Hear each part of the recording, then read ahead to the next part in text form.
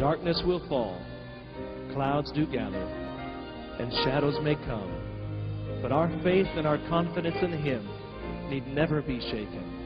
And when we face difficult times and trials, He will be with us to make a way. Let's sing it together. God will make a way where there seems to be no way. He works in ways we cannot see.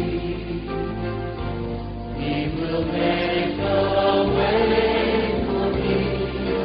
He will be my God. Hold me closely to His side. With love and strength.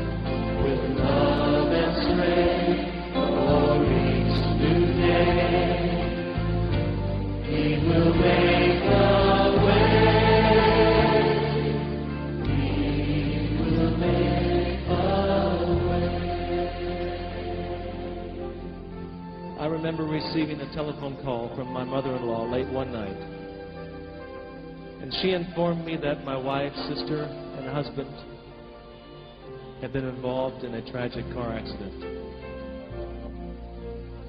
They had been on a way to a ski vacation in Colorado when their van was broadsided by an 18-wheeler. At that time, 4 young boys in the van, and Jeremy, the oldest, who was soon to be 9 at the time, was killed instantly.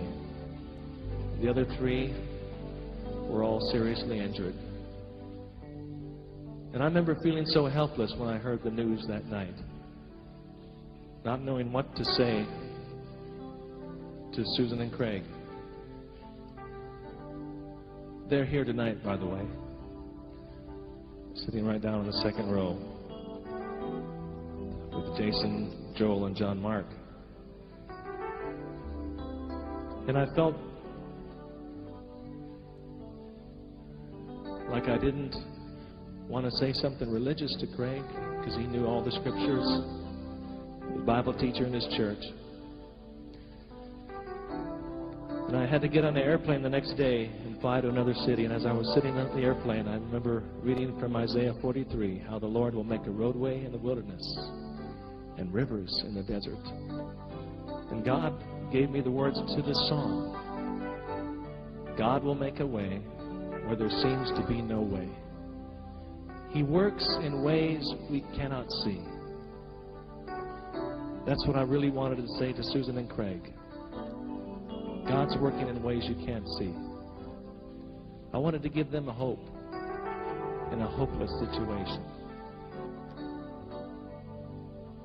He's working in ways you can't see.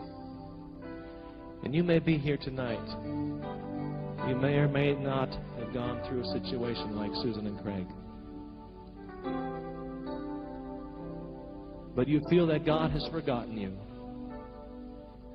I want to tell you something, that God has inscribed you in the palm of His hand. And He is able to make a way tonight where there seems to be no way. Would you sing it with me one more time? God will make a way where there seems to be no way.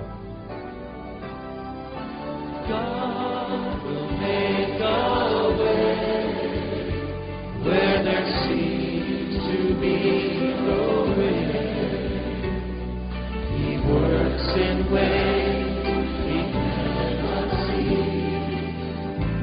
He will make a way for me. He will be my God. Hold me closely to His side.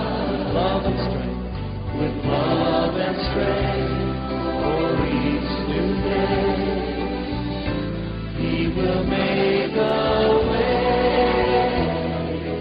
He will make a way. When you pass through the waters, I will be with you. And when you pass through the rivers, they will not sweep over you. When you walk through the fire, you will not be burned. The flames will not set you ablaze.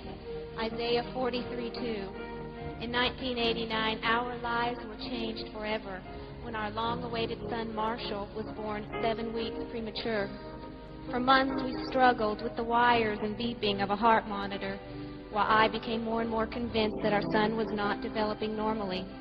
Although many people tried to assure me that I was being an over-anxious mother, we soon found ourselves in the offices of various doctors and specialists. And yet, through all this, we can look back and see God's hand upon us, leading us and working on that eternal part of our being that is more important to Him than even our temporary earthly circumstances. He has made a way for us through His peaceful, comforting voice in the too quiet nights when the whys and the what-ifs creep into our thoughts. He's made a way through the help and the gifts and the tears and the prayers of the members of the body of Christ. A year and a half ago, doctors informed us that Marshall's progress looked too good to be the suspected metabolic disorder. A second MRI revealed cerebral palsy, which is damage to the brain, resulting in abnormal muscle tone and control.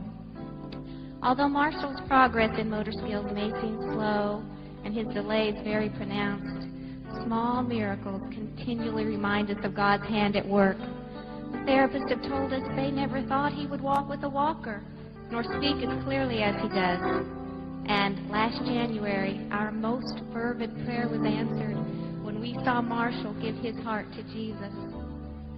It would be impossible to describe all the changes and the good that God has brought to myself, Kurt, Macy, and others through Marshall.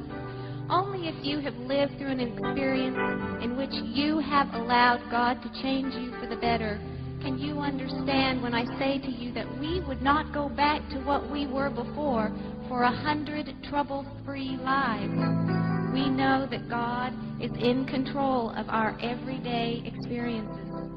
He wants so much more for us than that which a carefree existence can produce. We have learned that we are God's servants. He is not ours. And we now know that we can stand and say with the 3 Hebrew children who were faced with a fiery furnace, if we are thrown into the blazing furnace, the God we serve is able to deliver us from it. But if not, still, we will bow down to no other God. God will make a way.